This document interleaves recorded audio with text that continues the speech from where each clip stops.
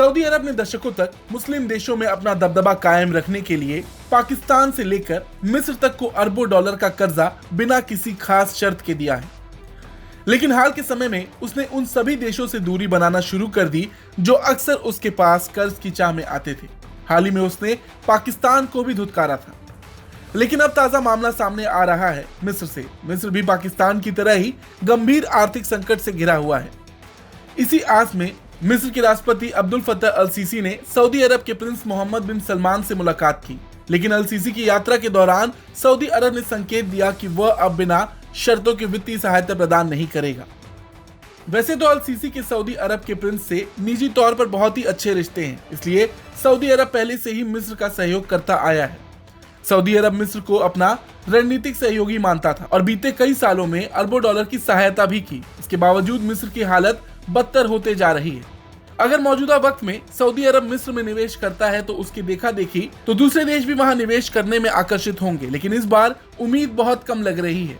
मिस्र और पाकिस्तान दोनों की ही जो हालत है उसे देखते हुए सऊदी को अगर कर्ज देना होता तो वो कब का दे चुका होता। लेकिन सऊदी अरब ने ऐलान किया है कि वह अपनी नीति में क्रांतिकारी बदलाव कर रहा है। सऊदी अरब के प्रिंस मोहम्मद बिन सलमान लगातार अब कड़ी शर्तें लगा रहे हैं और वह सब्सिडी को खत्म करने तथा सरकारी कंपनियों को प्राइवेट हाथों में देने की मांग कर रहे हैं।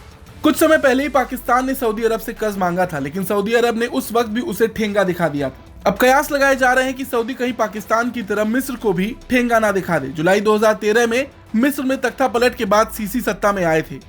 उनके सत्ता में आने के बाद से खाड़ी देश सऊदी अरब, संयुक्त अरब अमीरात और कुवैत ने भारी आर्थिक मदद की थी। इन देशों ने मिस्र के केंद्रीय बैंक में अरबों डॉलर जमा किए, जो फिलहाल देश के कुल विदेशी मुद्रा भंडार का लगभग 82% है। मिस्र सरकार की आर्थिक नीति के हिस्से के रूप में मिस्र की कंपनियों में इन देशों ने निवेश किया और विभिन्न संस्थाओं में हिस्सेदारी खरीदी। बावजूद इसके आज मिस्र की हालत में कोई सुधार नहीं हुआ। इस साल भारत ने भी गणतंत्र दिवस के मौके पर मिस्र के राष्ट्रपति अब्दुल फत्ताह अल सीसी को बतौर चीफ गेस्ट आमंत्रित किया था। यह पहली बार था जब मिस्र का कोई दल भारत के गणतंत्र दिवस के परेड में हिस्सा लेने आया था। खैर, आज मिस्र की जो हालत है, अगर उसे कर्जा नहीं मिला तो वो भी पाकिस्तान की तरह बहुत बुरी हालत में पहुंच जाएगा। उसकी सारी उम्मीद अब सऊदी अरब से ही है। आपको क्या लगता है, सऊदी अपनी नीतियों में बदलाव करने के बाद भी मिस्र को आसानी से कर्जा दे देगा या उसे भी पाकिस्तान की तरह ठेंगा दिखा देगा? कमेंट करके बताएं। ब्यूरो रिपोर्ट, भारत तक।